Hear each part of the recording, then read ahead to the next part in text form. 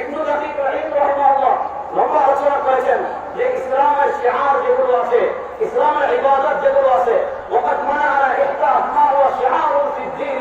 ইমাম ইবনু দাকিক রাহিমাহুল্লাহ বলেছেন যে ইসলামের শিআর যেগুলো আছে এগুলো আমাদের পক্ষ থেকে আবিষ্কার করা, নিজেদের পক্ষ থেকে গবেষণা করে আবিষ্কার করার কোনো সুযোগ নাই। বুঝতেছেন কথা?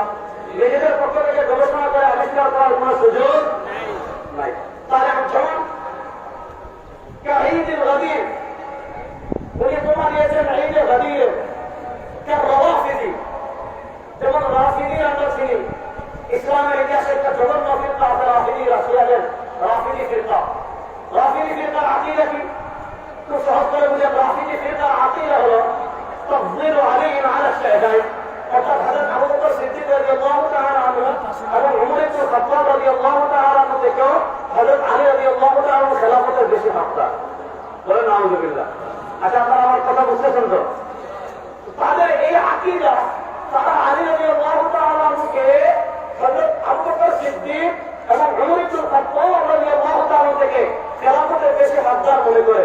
তারা আবু বকর হযরত আলী রাদিয়াল্লাহু তাআলাকে খেলাফতের বেশি হকদার মনে করা বেশ কিছু দলিল তারা বিবৃতি করে। তারপর একটা হলো, তার মধ্যে একটা হলো হাদিসে গদির খুম। আপনারা জানেন জিলহজ মাসের 18 তারিখ নবী করিম সাল্লাল্লাহু আলাইহি ওয়াসাল্লাম বিদায় হজ শেষ করে যখন মদিনায় যাচ্ছেন, হযরত আলী রাদিয়াল্লাহু তাআলা আনহু গনিমতের মাল বণ্টন করাকে কেন্দ্র করে সাহাবায়ে কেরাম আলী রাদিয়াল্লাহু তাআলা আনহুর সিদ্ধান্ত মানছিলেন না। সাহাবায়ে কেরাম আলী রাদিয়াল্লাহু তাআলা আনহুর সমালোচনা করছিলেন, অর্থাৎ তার সিদ্ধান্ত না মানে সিদ্ধান্তের বিরুদ্ধে আপত্তি তুলেছিলেন। আল্লাহ নবী সাল্লাল্লাহু আলাইহি ওয়াসাল্লাম গাদির খুম নামক জায়গায় হযরত আলী রাদিয়াল্লাহু তাআলার ব্যাপারে বলেছিলেন, মান কুনতু মাওলাহু ফাআলিয়ুল মাওলা, আমি যার মাওলা আলীও তার মাওলা, আমি যার অভিভাবক আলীও তার অভিভাবক। এই হাদিস খেলাফত সংক্রান্ত ছিল না। ইমাম বাইহাকী রাহিমাহুল্লাহ আল ইতিকাদ ওয়াল হিদায়াহ ইলা সাবিলির রাশাদ, ইমাম বাইহাকী রাহিমাহুল্লাহ আকীদার বিখ্যাত কিতাব আছে আল ইতিকাদ ওয়াল হিদায়াহ ইলা সাবিলির রাশাদ। আমি আমার তালিবুল ইলম ভাইদেরকে বলে যাব এই কিতাব সংগ্রহ করবেন, পড়বেন। আমাদের আকীদার মৌলিক কিতাব আল ইতিকাদ ওয়াল হিদায়াহ ইলা সাবিলির রাশাদ। ওই কিতাবে ইমাম বাইহাকী রাহিমাহুল্লাহ হাদিস লম্বা আলোচনা করেছেন। মূলত এটা আলী রাদিয়াল্লাহু আনহুর ফজিলত সংক্রান্ত হাদিস, খিলাফা সংক্রান্ত হাদিস না। ওই হাদিসকে কেন্দ্র করে শিয়ারা একটা ঈদ বানিয়েছিল, যে ঈদের নাম ছিল ঈদে গাদির খুম। দেখেন নবী করিম সাল্লাল্লাহু আলাইহি ওয়াসাল্লাম এই হাদিস বলেন আলী রাদিয়াল্লাহু আনহুকে কেন্দ্র করে। আলী রাদিয়াল্লাহু আনহু বুঝলেন না, শোনালেন সাহাবায়ে কেরামকে, সাহাবায়ে কেরাম বুঝলেন না, হযরত আলী আওলাদরা বুঝলেন না, আহলে বাইতের কোন সদস্যরা বুঝলেন না, শিয়ারা বুঝে ফেলেছে এই হাদিসে ঈদ বানানো হয়েছে। তো ইসলামের ইতিহাসে নবী করিম সাল্লাল্লাহু আলাইহি ওয়াসাল্লাম যে কয়েকটা দিনকে ঈদ বানিয়েছেন, এর বাইরে আপনি এর বাইরে আর কোন ঈদ আপনি পাবেন না। হ্যাঁ, একটা ঈদ পাবেন যে ঈদ বানিয়েছে রাফিদিরা, ঈদ গাদির খুম নামক। সুতরাং আপনি যদি প্রকৃত আশিক রাসূল হন, আপনার করণীয় কি হবে? আপনি যদি প্রকৃত নবীর উম্মাহ হন, আপনার করণীয় কি হবে? আল্লাহ নবী সাল্লাল্লাহু আলাইহি ওয়াসাল্লাম আমাদেরকে বলেছেন, লা তাত্তাখিযু ইয়াওমান ঈদা, নিজেদের পক্ষ থেকে কোন দিনকে ঈদ বানায় না।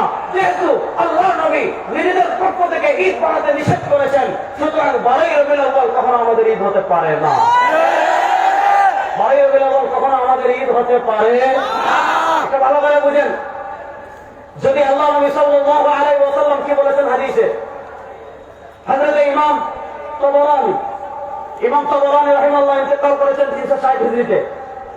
ইমাম তাবরানী রাহিমাহুল্লাহ আল মুআজাম আল কবীর একটা হাদিস এনেছেন। সরওয়ার দু আলম সাল্লাল্লাহু আলাইহি ওয়াসাল্লাম বলেন, মা বাকিয়া শাইউন يقرب إلى الجنة ويباعد من النار إلا قد بين لكم. ما بقي شيء يقرب إلى الجنة ويباعد من النار إلا قد بين لكم. سرور دعاء صلى الله عليه وسلم বলেন, আমার উম্মতেরা শোনো, মা বাকিয়া শাইউন, এমন কোন জিনিস বাকি নেই, يقرب إلى الجنة, যে জিনিস তোমাদেরকে জান্নাতের নিকটবর্তী করবে, ويباعد من النار, যে জিনিস তোমাকে জাহান্নাম থেকে দূরে সরে নিয়ে যাবে। শোনো, অর্থাৎ যে ইবাদত করে তুমি জান্নাতের নিকটবর্তী হবা, যে ইবাদত করে তুমি জাহান্নামকে পিছনে ফেলবা, যে ইবাদত করে তুমি জান্নাতের পথে অগ্রসর হবা, যে ইবাদত করে তুমি জাহান্নাম থেকে দূরে যাইবা। সরওয়ার দু আলম সাল্লাল্লাহু আলাইহি ওয়াসাল্লাম বলেন, ইল্লা ক্বাদ বুয়িনা লাকুম, শোনো, যত ইবাদত আছে সব তোমাদের কাছে বয়ান করে দেওয়া হয়েছে। ইবাদত নিজের পক্ষ থেকে বানানো যায় না, ইবাদত কিয়াস করে আবিষ্কার করা যায় না, ইবাদত যুক্তি দিয়ে আবিষ্কার করা যায় না। প্রশ্ন হলো সাল্লাল্লাহু আলাইহি ওয়াসাল্লাম বলেন ইন্না কাদ কুইনা লাকুম, সব বয়ান করে দেওয়া হয়েছে, সব সুস্পষ্ট করে দেওয়া হয়েছে। প্রশ্ন হলো নবী বলেন সব সুস্পষ্ট করে দিয়েছি, তাহলে সবার চেয়ে বড় ঈদ বারের বেলা সম্পর্কে আল্লাহ নবী কিছু বলেন নাই? পবিত্র ঈদে মিলাদুন নবী বলেন, অথবা 12 রবিউল আউয়াল, এখন তার ঈদে মিলাদুন নবী হয় নাই, এখন এটা হয়ে গেছে সকল ঈদের সেরা ঈদ। প্রশ্ন হলো আল্লাহ নবী সাল্লাল্লাহু আলাইহি ওয়াসাল্লাম নামাজ শিখালেন, ঈদ শিখালেন, হজ শিখালেন, যাকাত শিখালেন, শরীয়ত শিখালেন, ইসলাম শিখালেন, সাইয়্যিদুল আয়াত সম্পর্কে কিছু শিখালেন না। তাহলে প্রশ্ন হলো আল্লাহ নবী ইসলাম কি জানেন আমাদের থেকে কিছু লুকিয়ে গিয়েছেন? বলেন নাউযুবিল্লাহ। দেখেন আমরা ফিকহে হানাফিকে ফলো করি, খুব ভালো করে বুঝবেন তাহলে বললেন ভাইরা, ফিকহে হানাফির মৌলিক স্তম্ভ হলো 4টা। বলেন কয়টা? কিন্তু জোরে বলেন না, কয়টা? লম্বা আলোচনার সুযোগ নাই। ইমাম ইবনে আবি আওয়াম রাহিমাহুল্লাহ ফাদাইলু আবি হানিফা ওয়া আখতার তাহলে বললেন ভাইরা পড়বেন। ইমাম ইবনে হাজার হাইতামি ইন্তেকাল করেছেন সম্ভবত 963 বা এই ধরনের 963 হিজরিতে। ইমাম ইবনে হাজার হাইতামি রাহিমাহুল্লাহ একটা কিতাব লিখেছেন আল খায়রাতুল হিসান ফি মানাকিবিল ইমামিল আযম আবি হানিফাহ আন-নুমান। আল খায়রাতুল হিসান ফি মানাকিবিল ইমামিল আযম আবি হানিফাহ আন-নুমান। ওটা সম্ভবত 62 অথবা 64 নম্বর পৃষ্ঠা। ইমাম ইবনে হাজার হাইতামি রাহিমাহুল্লাহ একটা পরিচ্ছেদ প্রতিষ্ঠা করেছেন। ওই পরিচ্ছেদের নাম হলো ফিমা বানা আলাইহি মাযহাবাহু, ফিমা বানা আলাইহি মাযহাবাহু। ইমাম আযম আবু হানিফা রাহিমাহুল্লাহ মাযহাবের ভিত্তি ছিল কয়টা জিনিসের উপর। এখানে ইমাম ইবনে হাজার হাইতামি রাহিমাহুল্লাহ বলেছেন قد روي عن ابي حنيفه من طرق كثيره। ইমাম আযম আবু হানিফা রাহিমাহুল্লাহ থেকে অনেকগুলো সনদে বর্ণিত হয়েছে যে ইমাম আযম আবু হানিফা রাহিমাহুল্লাহ বলেন আখুযু বিকিতাবিল্লাহ, আমি ফিকহে হানাফি 1 নম্বর স্তম্ভ রেখেছি আল্লাহর কোরআনের উপর। বলেন ফিকহে হানাফি 1 নম্বর স্তম্ভ, কথা বলে না। ফিকহে হানাফি 1 নম্বর স্তম্ভ, সবাই বলেন না। ফিকহে হানাফি 1 নম্বর স্তম্ভ ফাইল্লা মাজিদ। ইমাম আযম আবু হানিফা রাহিমাহুল্লাহ বলেন যদি শরীয়তের এমন কোন বিষয় আসে, এমন কোন মাসআলা আসে যেটা আমি তাতাব্বুত দ্বারা অনুসন্ধান করে আমি কোরআনে পেলাম না, আমি কোথায় যাব? ইমাম আযম আবু হানিফা রাহিমাহুল্লাহ বলেন ফাইল্লা মাজিদ ফি সুন্নাতি রাসূলিহি, আমি যদি কোরআনে না পাই আমি নবী করিম সাল্লাল্লাহু আলাইহি ওয়াসাল্লামের সুন্নাহে যাব। আমি যদি সুন্নাহে না পাই তাহলে সাহাবায়ে কেরামের কাছে যাব। আমি যদি সাহাবায়ে কেরামের কাছে না পাই ফাইদা তাহাল আম ইলা আমির ওয়া শাবি ওয়া আতা আজতাহিদু কামা ইজতাহাদু হুম রিজাল ওয়া নাহনু রিজাল। যদি কোরআনেও না পাই, যদি হাদিসেও না পাই, যদি সাহাবায়ে কেরামে না পাই, যদি বিষয়টা তাবেঈদের পর্যন্ত আসে, তাহলে অন্যান্য তাবেঈরা যেমন ইজতিহাদ করেছেন আমিও তেমন ইজতিহাদ করব। তারাও মুজতাহিদ, আমিও মুজতাহিদ। এজন্য ইমাম আযম আবু হানিফা রাহিমাহুল্লাহ ইজতিহাদের দিকে আসেন কখন? ইমাম আযম আবু হানিফা রাহিমাহুল্লাহ ইজতিহাদের দিকে আসেন যখন কোরআনে পান না, যখন হাদিসে পান না, যখন জামাতে সাহাবায়ে পান না, তখন ইজতিহাদের দিকে আসেন। এবার প্রশ্ন হলো মিলাদুন নবী মানে আল্লাহ নবী সাল্লাল্লাহু আলাইহি ওয়াসাল্লামের জন্ম। আল্লাহ নবী সাল্লাল্লাহু আলাইহি ওয়াসাল্লাম জন্মগ্রহণ করেছেন, আমরা খুশি না বেজার? বলেন না বেজার থেকে একটা হাত তুলেন তো। এই একজন বেজার শুধু না, আপনি হাত তুলছেন। আচ্ছা আল্লাহ নবী সাল্লাল্লাহু আলাইহি ওয়াসাল্লামের সমস্যা নেই, শেষ করে আমাকে বললেন শেষ করে দেবেন। আল্লাহ নবী সাল্লাল্লাহু আলাইহি ওয়াসাল্লামের আগমনে আমরা কারা কারা খুশি থেকে একটু হাত তুলে দাও। আল্লাহ নবী সাল্লাল্লাহু আলাইহি ওয়াসাল্লামের আগমনে আমরা খুশি না বেজার? বলেন আল্লাহ নবী ইসলাম দুনিয়াতে এসেছেন, আমরা ইসলাম পেয়েছি, শরীয়ত পেয়েছি, আমরা খুশি না বেজার? তো আল্লাহ নবী সাল্লাল্লাহু আলাইহি ওয়াসাল্লামের আগমনে আমরা খুশি। এবার প্রশ্ন হলো আল্লাহ নবী সাল্লাল্লাহু আলাইহি ওয়াসাল্লামের আগমনে যে আমরা খুশি হয়েছি, এই খুশি প্রকাশ করব কিভাবে? দেখেন মিলাদুন নবী মানে আল্লাহ নবী সাল্লাল্লাহু জন্ম। আল্লাহ নবী সাল্লাল্লাহু জন্ম মানে না এমন কোন ব্যক্তি দুনিয়াতে নাই। আরে বেটা, নবীর মিলাদ যদি না হতো, নবী যদি জন্মগ্রহণ না করতেন তুই আর উম্মাহ হলে কিভাবে? নবী যদি জন্মগ্রহণ না করতেন আপনি কোরআন পেলেন কিভাবে? নবী করিম সাল্লাল্লাহু জন্মগ্রহণ না করলে আপনি মুসলমান হলেন কিভাবে? মিলাদুন নবী মানে নবী করিম সাল্লাল্লাহু আলাইহি ওয়াসাল্লামের জন্ম। আল্লাহ নবী জন্মগ্রহণ করেছেন, এই কথা কেউ অস্বীকার করে না। আল্লাহ নবীর আগমনে আমরা খুশি হয়েছি, এই কথা কেউ অস্বীকার করে না। প্রশ্ন হলো খুশি প্রকাশ করবো কিভাবে? আমরা বলি খুশি প্রকাশ করবো ওইভাবে যেইভাবে করেছেন নবী এবং সাহাবা। নবী এবং সাহাবাকে বাদ দিয়ে মনরা পর্যন্ত খুশি প্রকাশ করা বিরাট ছাড়া কিছু না। এখানে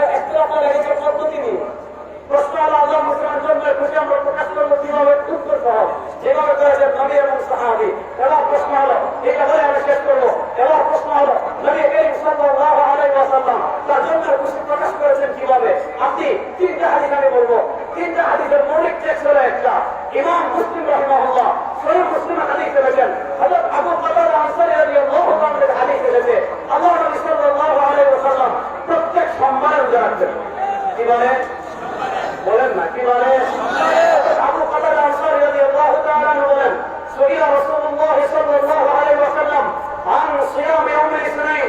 আল্লাহ নবী সাল্লাল্লাহু আলাইহি ওয়াসাল্লাম সোমবারে রোজা রাখতেন। তাকে জিজ্ঞাসা করা হলো, ইয়া রাসূলুল্লাহ, আপনি কেন সোমবারে রোজা রাখেন? হাদিসে তিনটা কারণ পাওয়া যায়। আসবাবুল আউয়াল, প্রথম কারণ সাল্লাল্লাহু আলাইহি ওয়াসাল্লাম বলেন, ফিহি উলিদতু, সোমবারে রোজা রাখার এক নম্বর কারণ হলো সোমবারে আমি জন্মগ্রহণ করেছি। দুই নম্বর কারণ ফিহি উবাদু আলাইয়া, সোমবারে আমার উপর প্রথম ওহী আসছে।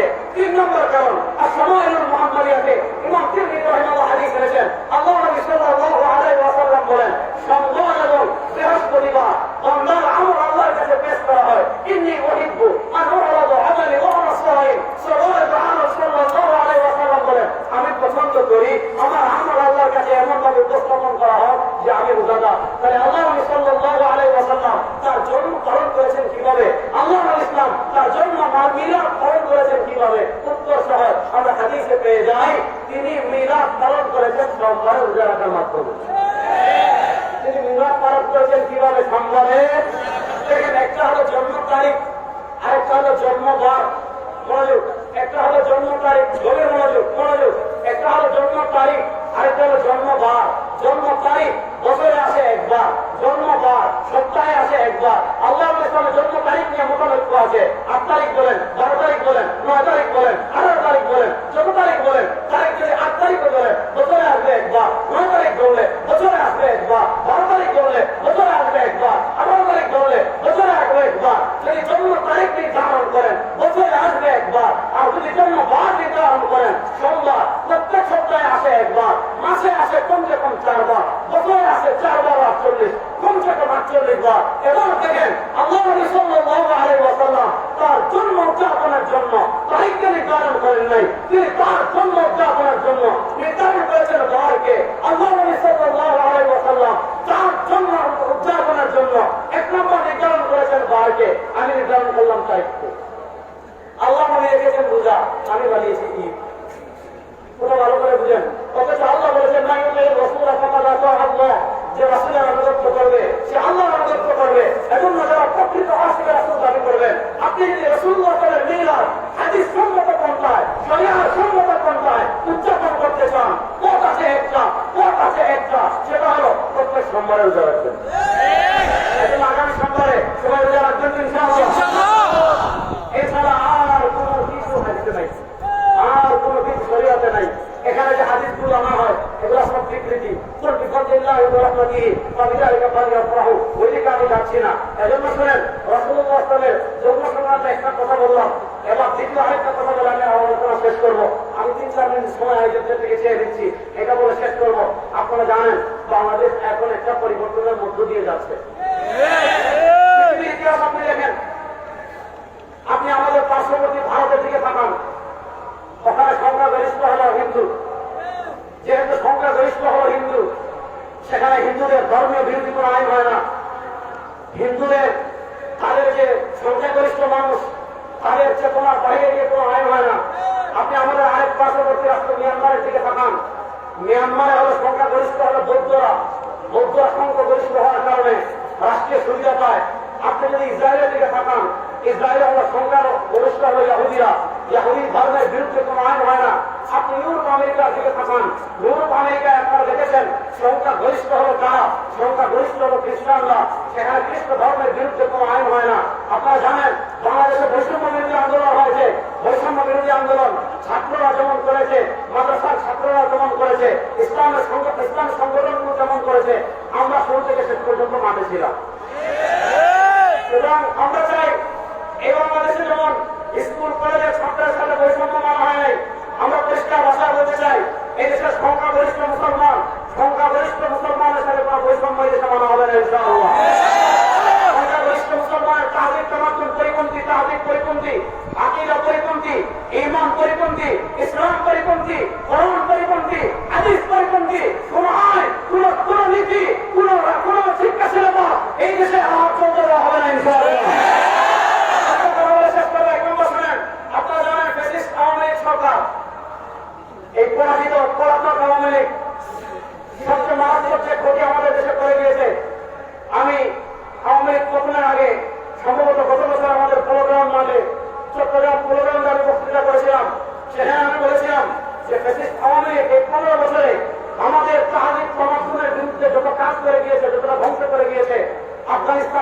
20 বছর যুদ্ধ করে ওরা করতে পারে নাই।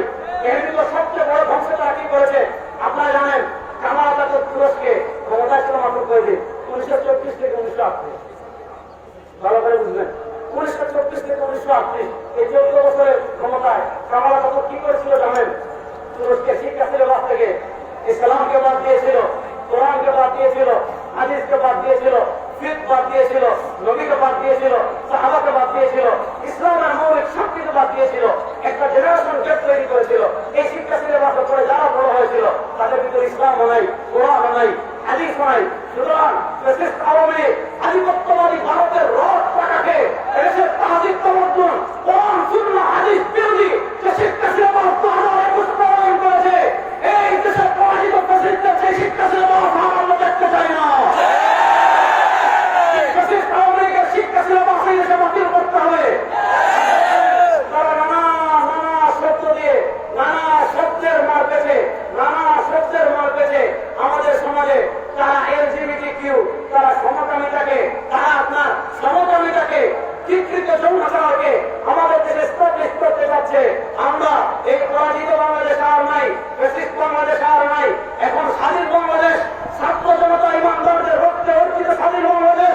এই দেশে যারা ট্রান্সজেন্ডার বা LGBTQ কে প্রতিষ্ঠা করতে চাইবে, সময় এসেছে দলে দলে সবাইকে ট্রান্সজেন্ডার বানিয়ে দেওয়া হবে ইনশাআল্লাহ।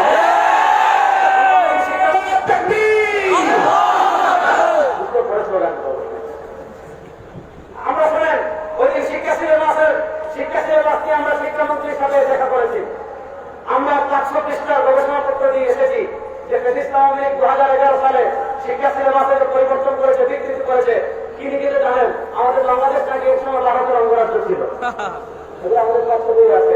তো আমরা বলে এসেছি যে শুনেন, আপনারা যে অন্তর্বর্তীকালীন ক্ষমতায় সরকার আছেন, আপনাদের পায়ের তোলার মাটি কিন্তু আমরা, আপনাদের পায়ের তোলার মাটি কিন্তু আওয়ামী লীগ না, আপনাদের পায়ের তোলার মাটি কিন্তু নাস্তিক না, আপনাদের পায়ের তোলার মাটি কিন্তু বামপন্থী শাহবাগীরা না। আপনারা কিন্তু ক্ষমতায় যে শক্তির উপর ভর করে দাঁড়িয়ে আছেন সেই শক্তি হল দেশপ্রেমিক সাধারণ মুসলমান। সুতরাং আমরা বলে এসেছি এই দেশপ্রেমিক সাধারণ মুসলমানের তাহজিব তামাদ্দুন ও সুন্নাহ আকীদা বিরোধী শিক্ষা সিলেবাস যদি আমার বাংলাদেশের মানুষের উপর চাপিয়ে দেওয়ার চেষ্টা করা হয়, আপনাদের পায়ের তলায় মাটি থাকবে না। সুতরাং আমাদের শিক্ষা সিলেবাসে, আপনি আমাদের শিক্ষা সিলেবাসে মহাত্মা গান্ধীর জীবনী পড়াবেন, শেখ মুজিবের জীবনী পড়াবেন, অমুকের জীবনী পড়াবেন। আর আমাদের শিক্ষা সিলেবাসে পৃথিবীর শ্রেষ্ঠ মানুষ সাওয়ার দোহারের জীবনী থাকবে না, আবু বকরের জীবনী থাকবে না, ওমরের জীবনী থাকবে না, উসমানের জীবনী থাকবে না, আলীর জীবনী থাকবে না। ওই শিক্ষা সিলেবাস আমাদের দেশে তৈরি করা হবে না ইনশাআল্লাহ। সুতরাং যারা যেই জায়গায় আছেন এই শিক্ষা সিলেবাসের বিরুদ্ধে আওয়াজ উঠাবেন। কমসে কম 2012 শিক্ষা সিলেবাসে দিয়ে যাবেন, অথবা তার আগে যাবেন। 2021 সালে যে শিক্ষা সিলেবাস হয়েছে এটা আর চলতে দেওয়া হবে না। আগামী কিছুদিন পরে নতুন বই আসবে, আমরা পর্যালোচনা করছি। যদি দেখি পরিবর্তন না হয়েছে, বাংলাদেশে এখন আগুন জ্বালিয়ে দেওয়া হবে, বঙ্গোপসাগরের পানিতে ডুবাতে পারবেন না ইনশাআল্লাহ। হবে আল্লাহ সবাইকে ভালো রাখুন, সুস্থ রাখুন। এরা সত্য সাবিল্লাহ ওয়া নাহফাযুকা মিন ওয়া শাইতান। সুবহানাল্লাহি ওয়া বিহামদিকা আশহাদু আল লা ইলাহা ইল্লা আনতা আস্তাগফিরুকা ওয়া আতুবু ইলাইক। আসসালামু আলাইকুম ওয়া রাহমাতুল্লাহি ওয়া বারাকাতুহু। সকলে বলি মাশাআল্লাহ। হযরত আমাদের সামনে গুরুত্বপূর্ণ আলোচনা করেছেন, এই কারণে হযরতকে জাতীয় সিরাত কমিটি বাংলাদেশ এর পক্ষ থেকে আন্তরিকভাবে মোবারকবাদ জানাচ্ছি। সম্মানিত উপস্থিতি, এই পর্যায়ে আপনাদের সামনে গুরুত্বপূর্ণ তাকরীর পেশ করবেন হযরত মাওলানা আব্দুল খালেক শরীয়তপুরী সাহেব। হযরত মাওলানা আব্দুল খালেক শরীয়তপুরী সাহেব, আমি হযরতকে তার মূল্যবান তাকরীর পেশ করার জন্য সবিনয় অনুরোধ জানাচ্ছি।